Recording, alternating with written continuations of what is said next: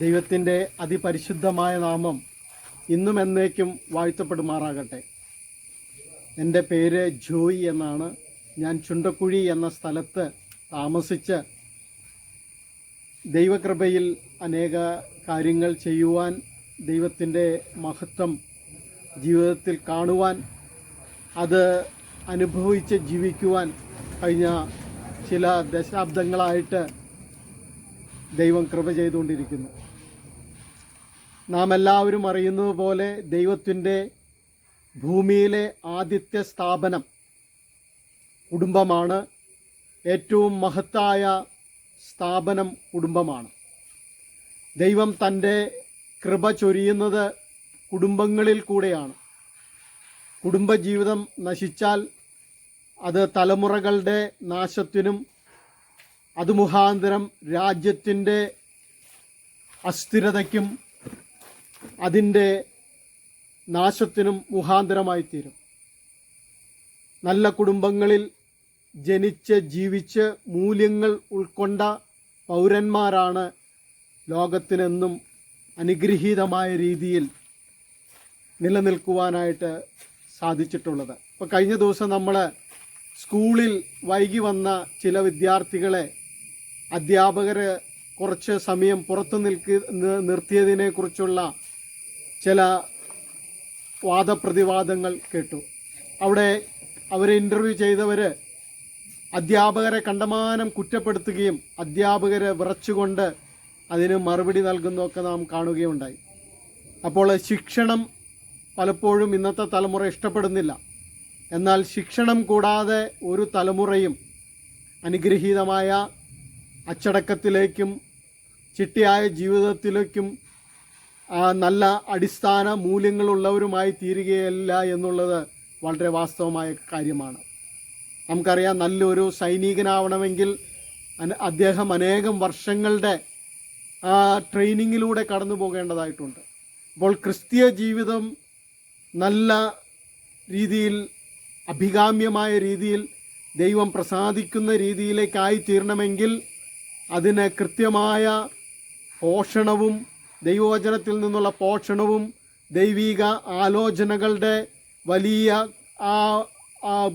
ബന്ധവും, അതുപോലെ നമ്മളുടെ കൃത്യമായ ജീവിത രീതിയും അത്യാവശ്യമാണ്. പലരും ചിന്തിക്കുന്നത് പോലെ കേവലം ഒരു ആരാധന ഗീതം പാടിയതുകൊണ്ടോ സഭയിൽ എണീറ്റ് നിന്ന് ഒരു ആലോചന പറഞ്ഞുകൊണ്ടോ കർത്താവിൻ്റെ കഷ്ടാനുഭവങ്ങളെക്കുറിച്ച് വിലപിച്ചതുകൊണ്ടോ അതുപോലെയുള്ള ബാഹ്യമായ എന്തെങ്കിലും ശുശ്രൂഷകളാൽ പരിപക്വമായി തീരുന്നതല്ല ക്രിസ്തീയ ജീവിതം. ക്രിസ്തീയ ജീവിതം പരിപക്വമായി തീരുകയില്ല എന്ന് മാത്രമല്ല, കുടുംബജീവിതങ്ങളിലും ഇന്ന് അനേകം പ്രശ്നങ്ങളുടെ കാരണം അടുക്കും ചിട്ടയുമില്ലാത്ത തോന്നിയ രീതിയിലുള്ള ജീവിതമാണെന്ന് ദൈവവചനത്തിൽ നിന്ന് നമുക്ക് പരിശോധിക്കുമ്പോൾ കാണുവാനായിട്ട് സാധിക്കും. അപ്പോൾ എന്നെ കേൾക്കുന്ന പ്രിയ സഹോദരി സഹോദരന്മാരെ, ഒരു വിജയകരമായ ക്രിസ്തീയ ജീവിതം നിങ്ങൾ ആഗ്രഹിക്കുന്നു എങ്കിൽ, അത് മനോഹരമാക്കി തീർക്കണമെങ്കിൽ, അവിടെ ദൈവം വസിക്കണമെങ്കിൽ, നല്ല അർത്ഥവത്തായ കുടുംബജീവിതം നയിക്കുന്നു എന്നുള്ള ചാരിതാർത്ഥ്യം ലഭിക്കണമെങ്കിൽ നാം അതിൽ ദൈവം അനുശാസിക്കുന്ന ന്യായമായ അനേകം ചേരുവകൾ അതിനോട് കൂട്ടിച്ചേർക്കേണ്ടതായിട്ടുണ്ട്. ഞാനൊന്ന് പറയട്ടെ, ഇന്ന് അനേകം വിവാഹങ്ങൾ വളരെ കെങ്കേമമായിട്ട്, വളരെ മനോഹരമായിട്ട്, നല്ല പൂക്കൾ കൊണ്ട് അലങ്കരിച്ച സ്റ്റേജുകളും നന്നായിട്ട് പാട്ടുപാടുന്ന കൊയറുകളും ഹോരഹോരം പ്രസംഗിക്കുന്ന ദൈവദാസന്മാരും മറ്റ് നല്ല കാറ്ററിംഗ് ഡെക്കറേഷൻകാരും ഒക്കെ ചേർന്ന് അതിവിപുലമായിട്ട് നടത്താറുണ്ട്. എന്നാൽ വിവാഹ ജീവിതത്തിൻ്റെ ആ പ്രാധാന്യമോ അതിൽ ദൈവം നിഷ്കർഷിക്കുന്ന കാര്യങ്ങളോ പലപ്പോഴും അതിൻ്റെ പ്രാധാന്യവും അതിൻ്റെ സൂക്ഷ്മതയും പലർക്കും പുലർത്തുവാൻ സാധിക്കാറില്ല. അത് മുഖാന്തരം ആദ്യത്തെ ആ മാധുര്യവും അതിൻ്റെ പെരുമയും ഒക്കെ നശിച്ച് കഴിയുമ്പോൾ, അത് കെട്ടടങ്ങുമ്പോൾ കുടുംബജീവിതവും അനാകർഷണമായി തീരുന്നു എന്ന് നമുക്ക് കാണുവാനായിട്ട് സാധിക്കും. എന്നാൽ ദൈവം ആഗ്രഹിക്കുന്ന നിങ്ങളുടെ കുടുംബജീവിതം തുടങ്ങുന്നതിനേക്കാൾ നന്നായി അവസാനിപ്പിക്കുന്ന ഒരു പരിസ്ഥിതിയിലെത്തിത്തീരുവാനാണ്. ഞാൻ വിഷമത്തോടെ പറയട്ടെ, വിവാഹ ദിവസം നൽകുന്ന സന്ദേശങ്ങൾ തന്നെ ദൈവവചനത്തിൽ പലപ്പോഴും പറയാത്തതാണ്. അതിൽ പ്രധാനമായിട്ടും പറയുന്നവർ ഉപയോഗിക്കാറുള്ളത് എങ്ങനെ വിവാഹം നടത്തണമെന്ന് ആണ് ബൈബിളിൽ പറഞ്ഞിരിക്കുന്നത് എന്നുള്ളതിനെക്കുറിച്ച് പറഞ്ഞ് അവർ ശുശ്രൂഷ അവസാനിപ്പിക്കാറുണ്ട്. അതായത് പരസ്പര സമ്മതം, പരസ്പരം കൈകൊടുക്കൽ, പ്രതിജ്ഞ, ഇതൊക്കെയാണ് ഏറ്റവും വലിയ കാര്യങ്ങളെന്ന് പലരും പറഞ്ഞ് അരക്കിട്ടുറപ്പിച്ച് ആ വിവാഹ ശുശ്രൂഷ നടത്തി കൊടുക്കാറുണ്ട്. എന്നാൽ നമ്മൾ പുതിയ നിയമം പരിശോധിക്കുകയാണെങ്കിൽ എങ്ങനെ വിവാഹം കഴിക്കണമെന്ന് ദൈവവചനത്തിൽ ഒരു വാക്ക് പോലും കൃത്യമായിട്ട് പറഞ്ഞിട്ടില്ല. പക്ഷേ വിവാഹം കഴിഞ്ഞവർ എങ്ങനെ ജീവിക്കണം എന്നുള്ളത് അനേകം പ്രാവശ്യം പറഞ്ഞിട്ടുണ്ട്. ഇത് പലപ്പോഴും നമ്മൾ വിസ്മരിച്ചു പോകാറുണ്ട്. ഒരിക്കൽ കൂടി ഞാനൊന്ന് പറയട്ടെ, എങ്ങനെ വിവാഹം കഴിക്കണമെന്ന് ബൈബിളിൽ ഒരു സ്ഥലത്തും പറഞ്ഞിട്ടില്ല. കൈ കൊടുക്കണമെന്നോ പ്രതിജ്ഞ ചെല്ലണമെന്നോ അതുപോലെ തന്നെ മറ്റ് അനേകം കാര്യങ്ങൾ ചെയ്യണമെന്നോ താലി ചാർത്തണമെന്നോ മന്ത്രകോടി കൊടുക്കണമെന്നോ ഒക്കെ ഓരോ സഭയുടെയും വിവിധ ഉപദേശങ്ങളായിട്ട് പലതും നമ്മൾ കേൾക്കാറുണ്ട്. അതിനെക്കുറിച്ച് ഒരു വാക്ക് പോലും നമുക്ക് കാണുവാനായിട്ട് സാധിക്കില്ല. അതായത് ഒരു കമാൻഡായിട്ട് നമുക്ക് കാണുവാനായിട്ട് സാധിക്കില്ല. എന്നാൽ വിവാഹം കഴിഞ്ഞ ഓരോരുത്തരും എങ്ങനെ ജീവിക്കണമെന്ന് ദൈവവചനം കൃത്യമായിട്ട് പറയുന്നു. ദൈവത്തിന് സ്തോത്രം. അതാണ് ദൈവവചനത്തിൻ്റെ മഹത്വം. പലപ്പോഴും വിവാഹത്തിൻ്റെ ആ സമ്മതം ചോദിക്കുന്ന സമയത്ത് പിതാവിൻ്റെയും പുത്രൻ്റെയും വിശുദ്ധ ദൂതന്മാരുടെയും സാന്നിധ്യത്തിൽ അവരെ സാക്ഷി വെച്ച് ആ കാര്യം അരക്കിട്ടുറപ്പിക്കുന്നതായിട്ട് നമുക്ക് കാണുവാനായിട്ട് സാധിക്കും. എന്നാൽ ദൈവവചനത്തിൽ പിതാവിൻ്റെയും പുത്രൻ്റെയും പരിശുദ്ധാത്മാവിൻ്റെയും നാമം ആ സന്ദർഭത്തിൽ ഉപയോഗിക്കുവാനായിട്ട് ഒരു സ്ഥലത്തും പറഞ്ഞിട്ടില്ല. സ്നാനത്തോടുള്ള ബന്ധത്തിൽ പറഞ്ഞിട്ടുണ്ട്, നിങ്ങൾ പുറപ്പെട്ട് പിതാവിൻ്റെയും പുത്രൻ്റെയും പരിശുദ്ധാത്മാവിൻ്റെ നാമത്തിൽ അവരെ സ്നാനം കഴിപ്പിച്ചു എന്ന്.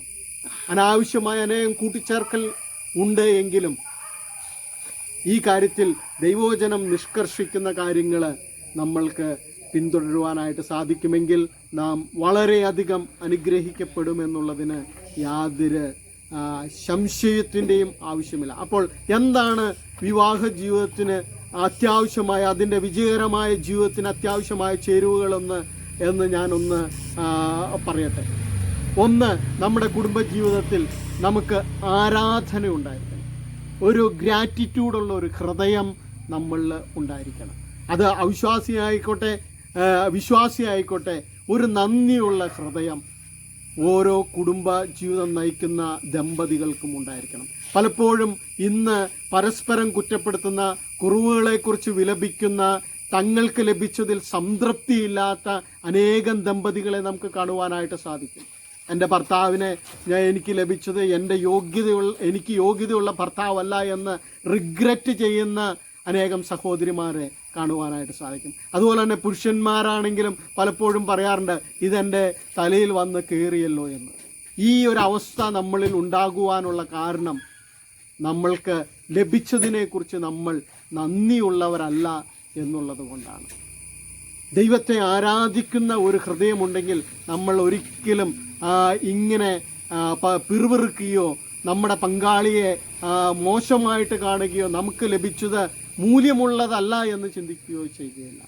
അപ്പോൾ നമ്മൾക്ക് ലഭിച്ച ഈ നന്മയോർത്ത് ദൈവത്തിൻ്റെ വചനത്തിൽ നമുക്കിങ്ങനെ കാണുവാനായിട്ട് സാധിക്കും, ഭാര്യയെ കിട്ടുന്നവന് നന്മ കിട്ടുന്നു, ആ ദൈവത്തോട് പ്രസാദം ലഭിച്ചുമിരിക്കുന്നു. അപ്പോൾ ഭാര്യയെ കിട്ടുമ്പോൾ അതൊരു നന്മയാണെന്നും അത് ദൈവത്തിൻ്റെ പ്രസാദമായിട്ട് തങ്ങളുടെ ജീവിതത്തിലേക്ക് വന്നു ചേർന്നതാണെന്നും നാം കരുതുകയും ദൈവത്തെ സ്തുതിക്കുകയും കുടുംബമായിട്ട് സ്തുതിക്കുകയും ആരാധിക്കുകയും ചെയ്യണം. കാരണം ഇത്ര വലിയ പദ്ധതി വിഭാവനം ചെയ്ത ദൈവത്തിനോടുള്ള ഒരു ഗ്രാറ്റിറ്റ്യൂഡാണ് അതിലൂടെ നമുക്ക് കാണുവാനായിട്ട് സാധിക്കുന്നത്. അപ്പോൾ ആരാധിക്കുന്ന കാര്യത്തിൽ കുടുംബത്തിൽ നാം ഒരിക്കലും പിറകിലേക്ക് പോകരുത്. പിന്നെ നമുക്ക് കാണുവാനായിട്ട് സാധിക്കുന്ന കാര്യം, നമുക്ക് വിജയകരമായിട്ട് ജീവിക്കണമെങ്കിൽ, ക്രിസ്തീയ കുടുംബജീവിതം വിജയകരമാക്കണമെങ്കിൽ നമ്മൾ ദൈവത്തിൻ്റെ വചനങ്ങളെ വളരെ കൃത്യമായിട്ട് പാലിക്കുന്നവരായിരിക്കണം.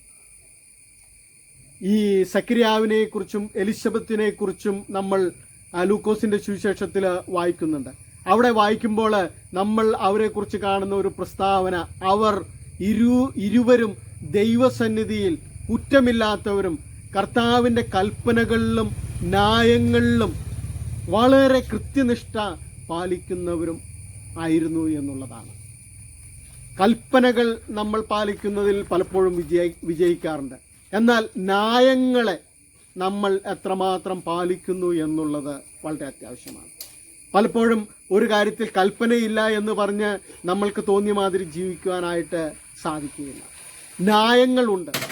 കുടുംബജീവിതത്തിൽ ചില ന്യായങ്ങളുണ്ട്. അത് നമ്മുടെ ഭാര്യയുടെ പിതാവിനോടാവാം, മാതാവിനോടാവാം, ബന്ധുജനങ്ങളോടാവാം, ആ സഭയോടാവാം, അതുപോലെ തന്നെ ഭർത്താവിൻ്റെ മാതാപിതാക്കളോടായിരിക്കാം. ഇതിനെക്കുറിച്ചൊന്നും കൃത്യമായിട്ട് കൽപ്പനയില്ല. ഭർത്താവിൻ്റെ പിതാവിനെയോ മാതാവിനെയോ എങ്ങനെ പരിപാലിക്കണമെന്ന് ഒരു ഭാര്യയോട് ദൈവവചനത്തിൽ പ്രത്യേകിച്ച് കൽപ്പനയില്ല. ഭർത്താവിനോട് എങ്ങനെ പെരുമാറണം എന്നുള്ളതിനെക്കുറിച്ച് കൃത്യമായ കൽപ്പനയുണ്ട്. ഓരോ ബഹുമാന്യരായ സ്ത്രീകൾ തങ്ങളുടെ ഭർത്താക്കന്മാരെ യജമാനൻ എന്ന് വിളിച്ച കാര്യവും, അതുപോലെ തന്നെ ഓരോ ശ്രേഷ്ഠ സ്ത്രീരത്നങ്ങളും എങ്ങനെ പെരുമാറി എന്നുള്ളതിനെക്കുറിച്ചും ഉണ്ട്. എന്നാൽ ഈ ന്യായങ്ങളിൽ കുറ്റമില്ലാത്തവരായി തീരുമ്പോൾ ഈ കാര്യം കൂടെ വരും. ഫാദർ ഇൻ ലോയോടും മദർ ഇൻ ലോയോടും ഒക്കെ എങ്ങനെ പെരുമാറണം, എന്താണ് ദൈവം എന്നെക്കുറിച്ച് ആഗ്രഹിക്കുന്നത് എന്നുള്ള രീതിയിൽ കൂടുതൽ വിവേചനത്തോടെ, കൂടുതൽ ക്ഷമതയോടെ ജീവിക്കുവാനായിട്ട് നമുക്ക് സാധിക്കും. അങ്ങനെ ദൈവത്തിൻ്റെ കൽപ്പനകളിലും ന്യായങ്ങളിലും നമ്മൾ കുറ്റമില്ലാത്തവരായി തീരുമ്പോൾ നമ്മുടെ ക്രിസ്തീയ ജീവിതം വളരെ പ്രൗഢിയുള്ളതായി തീരുമെന്ന് നമുക്ക് കാണുവാനായിട്ട് സാധിക്കും. അടുത്തതായിട്ട് ഇതിൽ ഒഴിച്ചുകൂടാനാവാത്ത ഒരു കാര്യമാണ് പ്രാർത്ഥന. പ്രാർത്ഥന എന്നുള്ളത് കുടുംബജീവിതത്തിൽ ഒരിക്കലും ഒഴിച്ചുകൂടാനാവാത്ത ഒരു കാര്യമാണ്. അതിന് ആധാരമായിട്ട് 2 വേദഭാഗങ്ങൾ നമുക്ക് കാണുവാനായിട്ട് സാധിക്കും. അത് ന്യായാധിപന്മാരുടെ പുസ്തകം 13-ാം അധ്യായം അതിൻ്റെ 8-ാം വാക്യത്തിൽ അവിടെ മനോഹയും തൻ്റെ ഭാര്യയും ദൈവത്തോട് സംസാരിക്കുന്ന, ദൈവം അവരോട് സംസാരിക്കുന്ന കാര്യം നമുക്ക് കാണുവാനായിട്ട് സാധിക്കും. ആ വേദഭാഗങ്ങൾ എടുക്കുവാൻ എനിക്ക് സമയമില്ല. എന്നാൽ നിങ്ങളത് എടുത്തു വായിക്കുകയാണെങ്കിൽ വളരെ മനോഹരമായ ഒരു കുടുംബജീവിതത്തിൻ്റെ ഒരു പ്രത്യക്ഷ ഉദാഹരണമാണ് അവിടെ വിവരിച്ചിരിക്കുന്നത്. പ്രിയമുള്ളവരെ, ആദ്യം ശിംശോൻ്റെ അമ്മയോടാണ് ദൈവത്തിൻ്റെ ദൂതൻ വന്ന് ശിംശോൻ്റെ ജനനത്തെക്കുറിച്ചും പ്രത്യേകതകളെക്കുറിച്ചും പാലിക്കേണ്ട കാര്യങ്ങളെക്കുറിച്ചും പറയുന്നത്. ഈ കാര്യം ഈ ശിംശോൻ്റെ അമ്മ വന്ന് മനോഹയോട് പങ്കുവയ്ക്കുന്നു. അപ്പം മനോഹ ദൈവത്തോട് പ്രാർത്ഥിക്കുകയാണ്, ദൈവമേ, അവിടുന്ന് അവിടുത്തെ ദൂതനെ അയച്ച് ഞങ്ങൾ ഇരുവരോടും ഈ കാര്യങ്ങളെക്കുറിച്ച് ഒരിക്കൽ കൂടി അവിടുന്ന് ബോധ്യം വരുത്തണമെന്ന്. ഇതൊരു കൂട്ടായ പ്രാർത്ഥനയാണ്. അതിലൂടെ 2 കാര്യമാണ് ഞാൻ പറയുവാനായിട്ട് ആഗ്രഹിക്കുന്നത്. ഈ മനോഹ എന്ന ശ്രേഷ്ഠനായ ദൈവദാസൻ കാര്യങ്ങളെ ഗ്രഹിക്കുവാൻ, കാര്യങ്ങളെ മനസ്സിലാക്കുവാൻ കൃത്യമായ കഴിവുള്ളവനാണ്. തൻ്റെ ഭാര്യയോട് ദൂതൻ സംസാരിച്ച കാര്യങ്ങളെല്ലാം സശ്രദ്ധം കേട്ടു.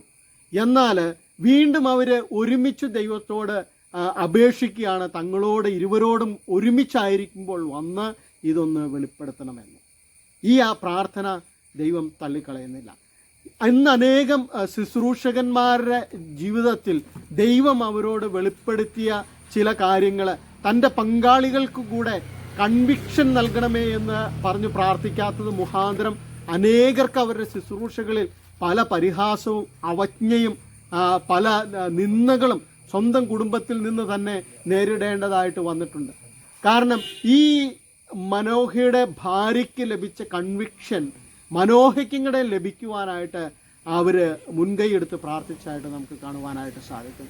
അപ്പോൾ നമ്മുടെ ജീവിതത്തിൽ നമ്മുടെ പങ്കാളിക്ക് കൂടെ പ്രത്യേകിച്ചും ആത്മീയമായ കാര്യങ്ങളിൽ, നഷ്ടമനുഭവിക്കുന്ന കാര്യങ്ങളിൽ, ഛേദമനുഭവിക്കുന്ന കാര്യങ്ങളിൽ, കണ്ണുകൊണ്ട് കാണുവാൻ സാധിക്കാത്ത കാര്യങ്ങളിൽ കൺവിക്ഷൻ നൽകുവാനായിട്ട് നമുക്ക് പ്രാർത്ഥിക്കുവാനായിട്ട് ഇടയായി തീരണം. അപ്പോൾ അവർ അതിനെ തിരിച്ചറിയുകയും ദൈവത്തിൻ്റെ മഹത്വം കാണുകയും ദൈവിക ശുശ്രൂഷയിൽ നമ്മളോടൊപ്പം നിന്ന് പോരാടുവാൻ അവർക്ക് സാധ്യമായി തീരുകയും ചെയ്യും. ഈ കാര്യങ്ങൾ നിങ്ങളുടെ ഓർമ്മയിലേക്ക് ഞാനൊന്ന് കൊണ്ടുവരുവാനായിട്ട് ആഗ്രഹിക്കുകയാണ്. അപ്പോൾ conviction to both persons, husband and wife, is very important in many aspect of life.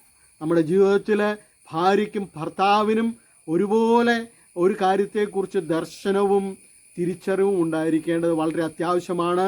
അത് ഒരാൾക്ക് ലഭിച്ചു എങ്കിൽ കുറച്ച് നാൾ വെയിറ്റ് ചെയ്ത് പ്രാർത്ഥിച്ച് പങ്കാളിയെ കൂടെ നമ്മൾക്ക് ആ കാര്യം ഗ്രഹിപ്പിക്കുവാനായിട്ട് ദൈവത്തെ അനുവദിക്കേണ്ടത് വളരെ അത്യാവശ്യമാണ്. അടുത്ത ഈ കുടുംബജീവിതത്തിൻ്റെ പ്രാർത്ഥനയോടുള്ള ബന്ധത്തിൽ വളരെ മനോഹരമായിട്ടുള്ള ഒരു കാര്യം വിവരിച്ചിരിക്കുന്നത് 1 ശമൂവേൽ 1:10 വാക്യത്തിലാണ്. അവിടെ നമുക്ക് കാണുവാനായിട്ട് സാധിക്കും എൽക്കാനയെയും ഹന്നയെയും. ഈ ഹന്ന വളരെ ദൈവകൃപയുള്ള, വളരെ അനുഗ്രഹങ്ങളുള്ള, താഴ്മയുള്ള, അനുസരണമുള്ള ഒരു ഭാര്യയാണ്.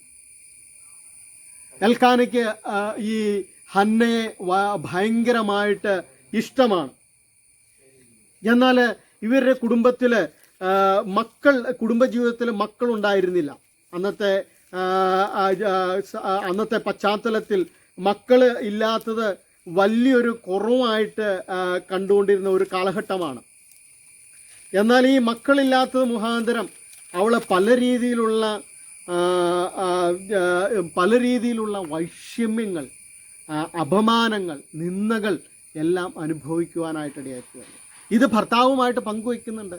പക്ഷെ ഭർത്താവിന് ഈ കാര്യങ്ങളെക്കുറിച്ച് അത്രമാത്രം ദുഃഖമില്ല. കാരണം അദ്ദേഹത്തിന് വേറൊരു ഭാര്യയുണ്ട്, അതിൽ മക്കളുണ്ട്. ഹന്നയ്ക്കാണ് മക്കളില്ലാത്ത.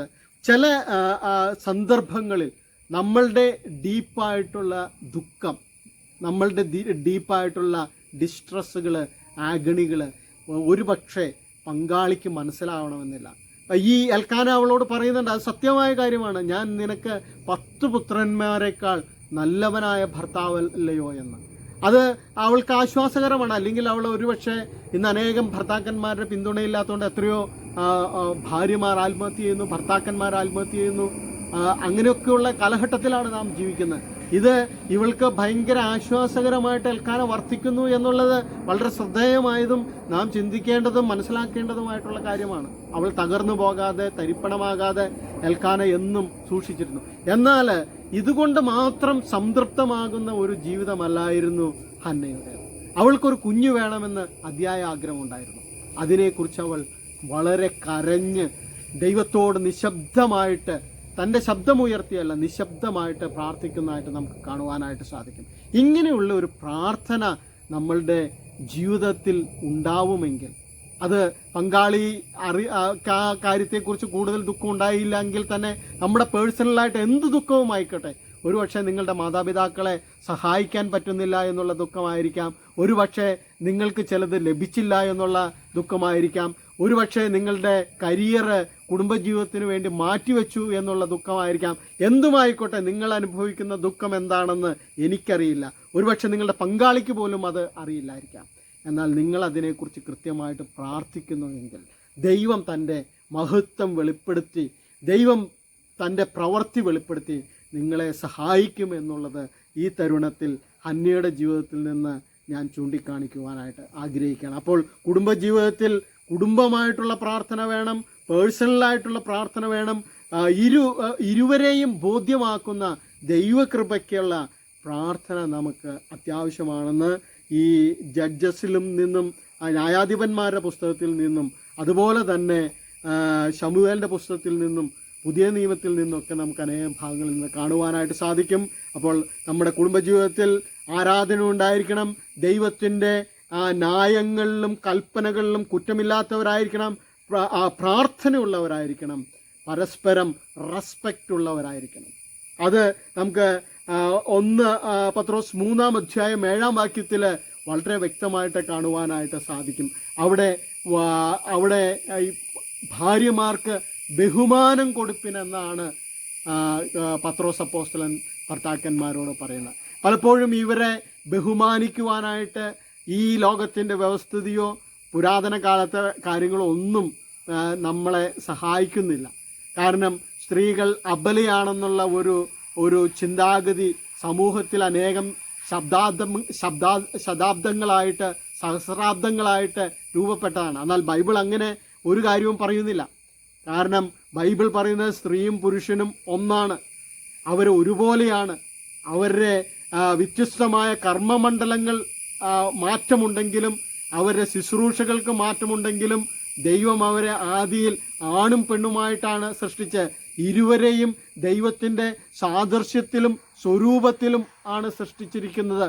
ദൈവത്തിൻ്റെ സാദൃശ്യത്തിലും സ്വരൂപത്തിലും തുല്യ അവകാശങ്ങളോടും വ്യത്യസ്തമായ പദവികളോടും കൂടെ സൃഷ്ടിച്ച മനുഷ്യനെ, ആണിനെയും പെണ്ണിനെയും വ്യത്യസ്തമായ തട്ടുകളിലാക്കിയത് ഇവിടുത്തെ പല ചിന്തകന്മാരും കോമാളികളായ എഴുത്തുകാരും പൈശാചികവാദക്കാരുമാണ്. എന്നാൽ സ്ത്രീയും പുരുഷനും ദൈവത്തിന് ഒരുപോലെയാണ്.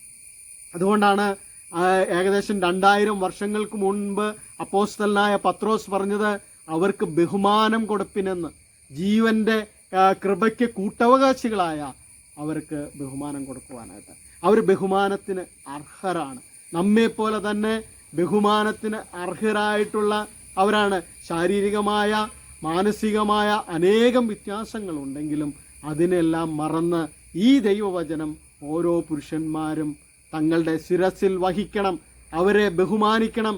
ബഹുമാനിക്കേണ്ട കാര്യങ്ങളിലെല്ലാം അവരെ ബഹുമാനിച്ച് നമ്മൾ മുന്നോട്ട് പോകണം. വിസ്താര ഭയത്താൽ ഞാൻ ആ ഭാഗവും വിടുകയാണ്. പിന്നെ ഈ സ്നേഹം എന്നുള്ളത് അത് ഒരിക്കലും മറക്കുവാൻ സാധിക്കാത്ത ഒരു കാര്യമാണ്. കുടുംബജീവിതത്തിൽ അതിൻ്റെ സുസ്ഥിരയ്ക്ക്, അതിൻ്റെ മനോഹരമായ അനേകം പ്രതലങ്ങൾ വെളിപ്പെടേണ്ടതിന്, അതിലുള്ള അനേകം കുഞ്ഞു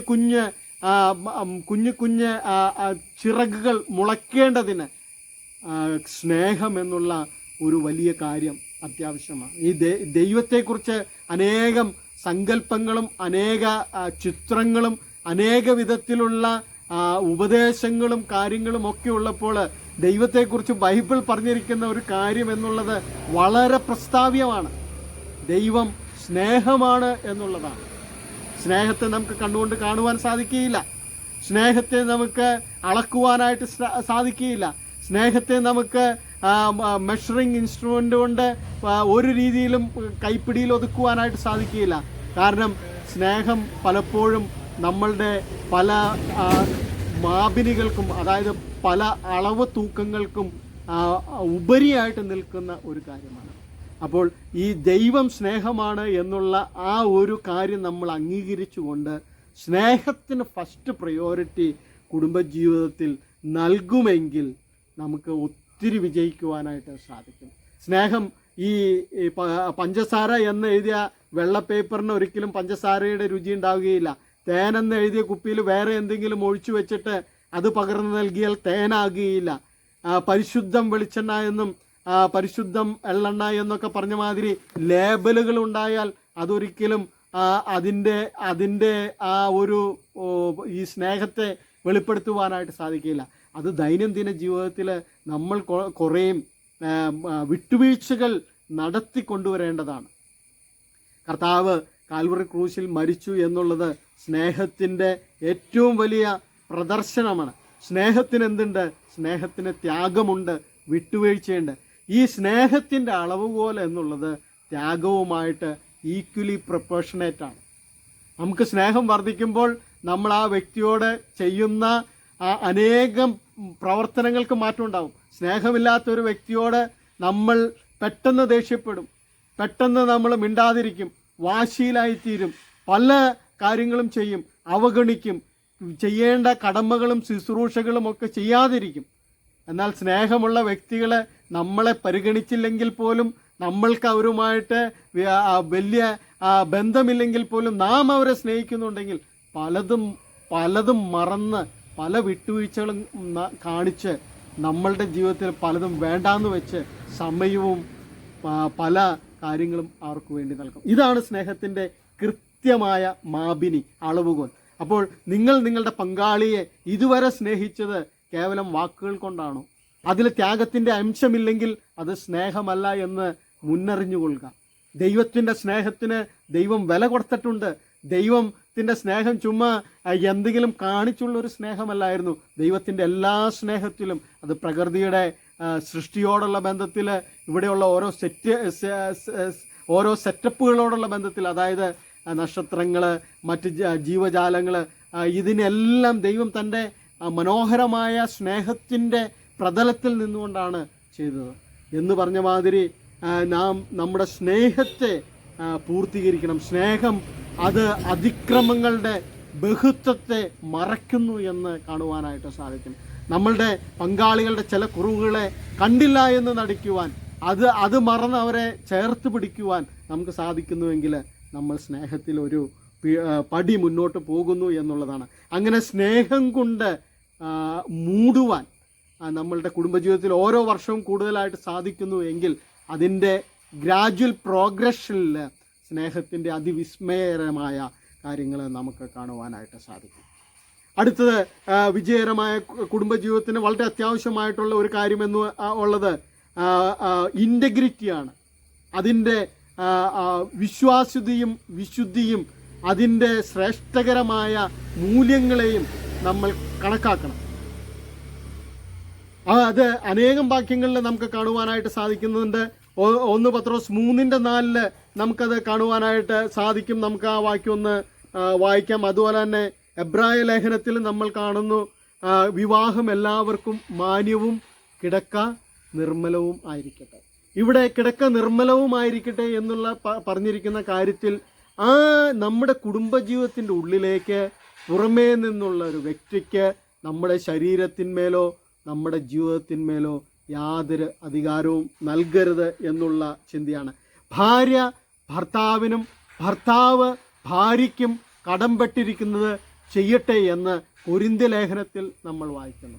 അപ്പോൾ ഓരോ വ്യക്തികളും തൻ്റെ ഭർത്താവിനും ഭാര്യയ്ക്കും വേണ്ടി ചെയ്യേണ്ട അനേകം ശുശ്രൂഷകളുണ്ട്. അതിൽ ലൈംഗിക ജീവിതവും ഉൾക്കൊള്ളിച്ചിരിക്കുന്നു. കാരണം മനുഷ്യനെ ദൈവം ലൈംഗികമായ ശക്തിയോടുകൂടിയാണ് സൃഷ്ടിച്ചിരിക്കുന്നത്.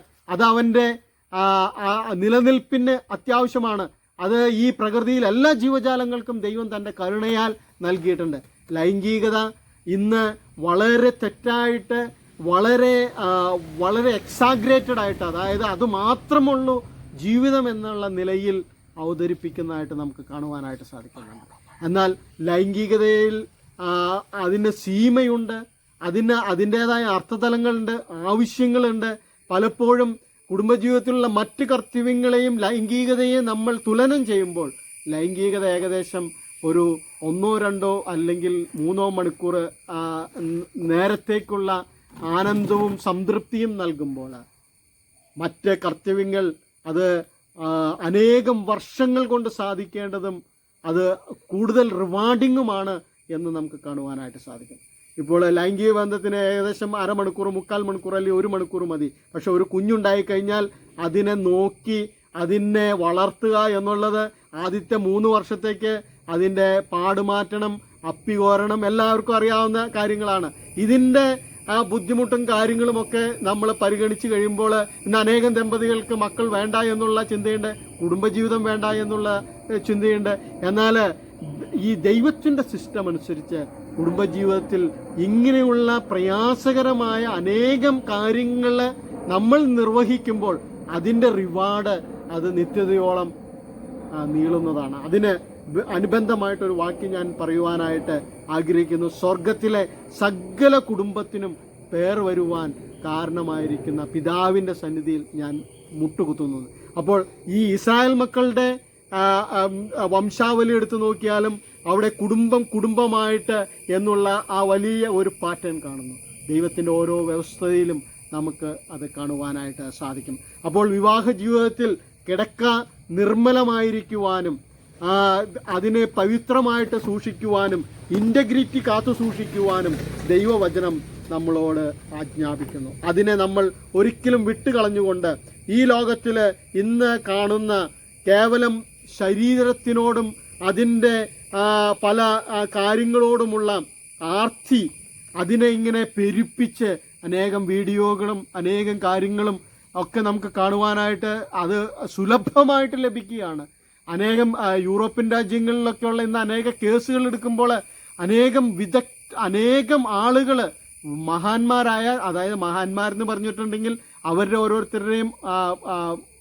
ഓരോരുത്തരുടെയും മേഖലകളിൽ തങ്ങളുടെ കഴിവുകൾ തെളിയിച്ച അനേകർ ഇതിന് അടിമപ്പെട്ടു പോയിട്ട് കുടുംബജീവിതം തകർന്നു പോയതായിട്ട് നമുക്ക് കാണുവാനായിട്ട് സാധിക്കും. അപ്പോൾ നമ്മെക്കുറിച്ച് ദൈവം ആഗ്രഹിക്കുന്നത് പലപ്പോഴും നമുക്ക് നഷ്ടപ്പെടുവാൻ സാധ്യതയുള്ള ഈ എബ്രായ ലേഖനകർത്താവ് പറഞ്ഞിരിക്കുന്ന, ദൈവാത്മാവ് പറഞ്ഞിരിക്കുന്ന കാര്യത്തിൽ വിട്ടുവീഴ്ച വരുത്തുവാൻ നാം ഒരു രീതിയിലും അനുവദിക്കരുത് എന്ന് മാത്രമല്ല, കൊരിന്ത്യ ലേഖനത്തിൽ പറഞ്ഞിരിക്കുന്ന കടമകൾ നിർവഹിക്കുവാൻ, ഭാര്യയ്ക്കും ഭർത്താവിനും ചെയ്യേണ്ടതായ കടമകൾ നിർവഹിക്കുവാൻ നാം ആരോഗ്യത്തെ കാത്തു സൂക്ഷിക്കുകയും പ്രതിജ്ഞാബദ്ധരായിരിക്കുകയും പങ്കാളികളുടെ ആവശ്യങ്ങൾ മനസ്സിലാക്കുകയും ചെയ്യണം എന്നുള്ളതും വളരെ കുറിക്കൊള്ളേണ്ടതായിട്ടുള്ള കാര്യമാണ്. പിന്നെ ഇന്നത്തെ കാലത്ത് അടുത്ത കുടുംബജീവിതത്തിന് വളരെ ഒഴിച്ചുകൂടാനാവാത്ത, അതിൻ്റെ വിജയത്തിന് ഒഴിച്ചുകൂടാനാവാത്ത ഒരു കാര്യമാണ്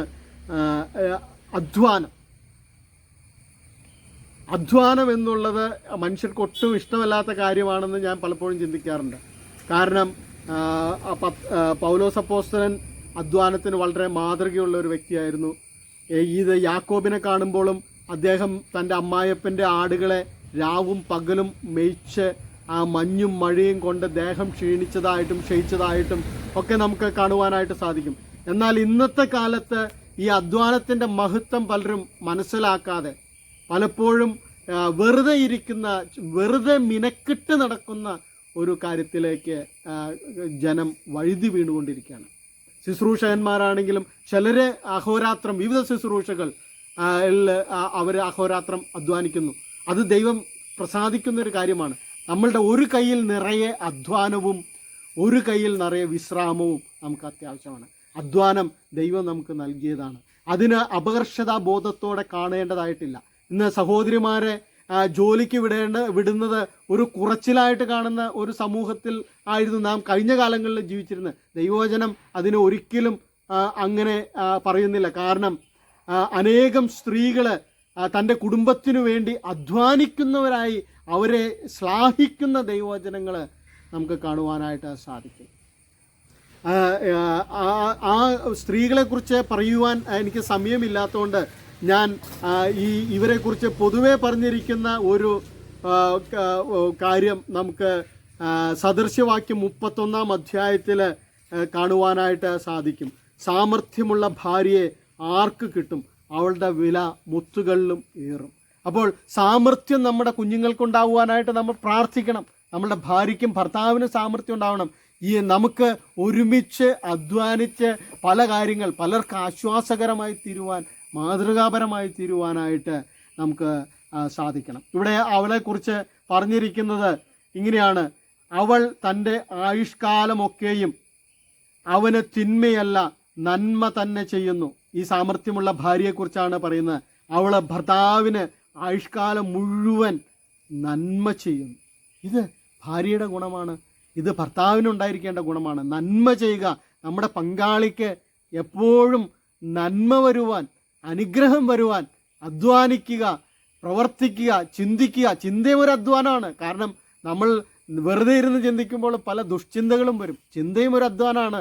അതൊരു മനസ്സിൻ്റെ അധ്വാനമാണ്. അപ്പോൾ ഈ സ്ത്രീ എങ്ങനെയാണ്?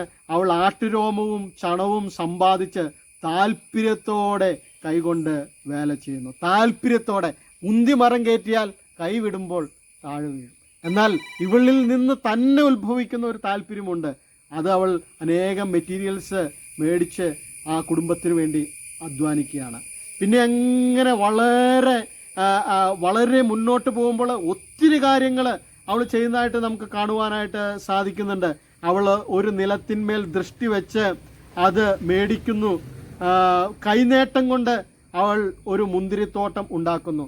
നമ്മളുടെ സഹോദരിമാരൊക്കെ അവർ ദൈവകൃപയിലായിരുന്നു കൊണ്ട് വേണം ഇത് ചെയ്യുവാൻ. കുടുംബത്തിന് വേണ്ടിയായിരിക്കണം ചെയ്യേണ്ടത്. അനേകം യൂറോപ്യൻ നാടുകളിലും ഗൾഫിലൊക്കെ പോയി അനേകം മാതാപിതാക്കളുടെ ദാരിദ്ര്യം തീർക്കുവാനായിട്ട്, അവരുടെ കഷ്ടപ്പാട് തീർക്കുവാനായിട്ട്, തങ്ങളുടെ പങ്കാളികൾക്ക് വേണ്ടി അവർ കഷ്ടപ്പെടാതെ, അവരൊത്തിരി ക്ഷീണിക്കാതെ, നശിച്ചു പോകാതെ വിവിധ പ്രൊഫഷനുകളിൽ ഞാൻ അവരെ ഓർത്ത് ദൈവത്തെ സ്തുതിക്കുന്നു. എന്നാ പറയുന്നത്, ഐ ഹാറ്റ്സ് ഓഫ് മൈസെൽഫ്. അങ്ങനെ പഠിച്ച് മിടുക്കരായിപ്പോയി ദൈവ കൃപയിലായിരുന്നു കൊണ്ട് തൻ്റെ കുടുംബത്തിന് വേണ്ടി അധ്വാനിക്കുന്ന ഓരോ സഹോദരിമാരെ അവരെ ദൈവവചനം ശ്ലാഘിക്കുന്നു. അവർ വീട്ടിലുള്ളവർക്കെല്ലാം അനുഗ്രഹം കൊണ്ടുവരുന്നു. ഇങ്ങനെ ആയിരിക്കണം ഒരു നല്ല കുടുംബിനി. നല്ല ഒരു കുടുംബിനി ഇങ്ങനെയായിരിക്കണം. നിങ്ങൾ അധ്വാനിച്ച് നിങ്ങളുടെ കൂടെയുള്ളവർക്ക് വേണ്ടി കരുതുന്ന ഒരു ശുശ്രൂഷയാണ് ദൈവം നിങ്ങൾക്ക് നൽകിയിരിക്കുന്നത്. അങ്ങനെ ഈ കാര്യങ്ങളെല്ലാം നമ്മൾ ദൈവവചനത്തിൽ നിന്ന് സൂക്ഷിച്ച് മുന്നോട്ട് പോകുമ്പോൾ നമ്മുടെ കുടുംബജീവിതം ഓരോ വർഷം കൂടുന്തോറും അത് കൂടുതൽ അനുഗ്രഹത്തിലേക്ക് പോയിക്കൊണ്ടിരിക്കുന്നതായിട്ട് നമുക്ക് കാണുവാനായിട്ട് സാധിക്കും. അത്ഭുതം ഒറ്റ ദിവസം കൊണ്ട് സംഭവിക്കുന്നതാണ്.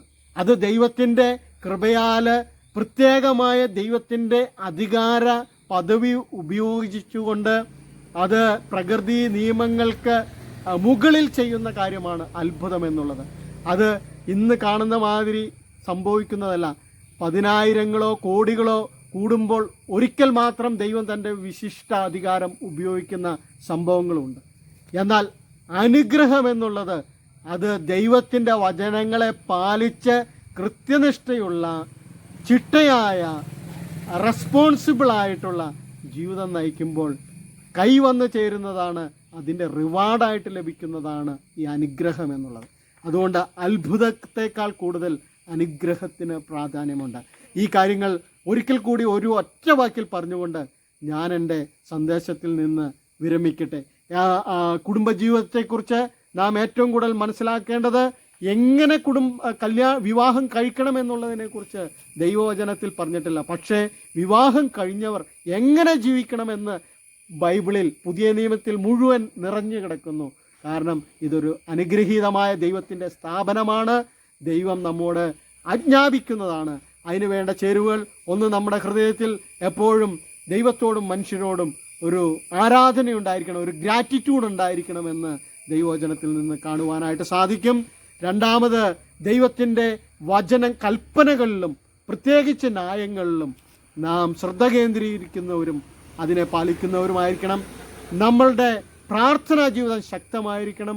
അതിൽ പേഴ്സണൽ പ്രയർ ഉണ്ടായിരിക്കണം, ഫാമിലി പ്രയർ ഉണ്ടായിരിക്കണം.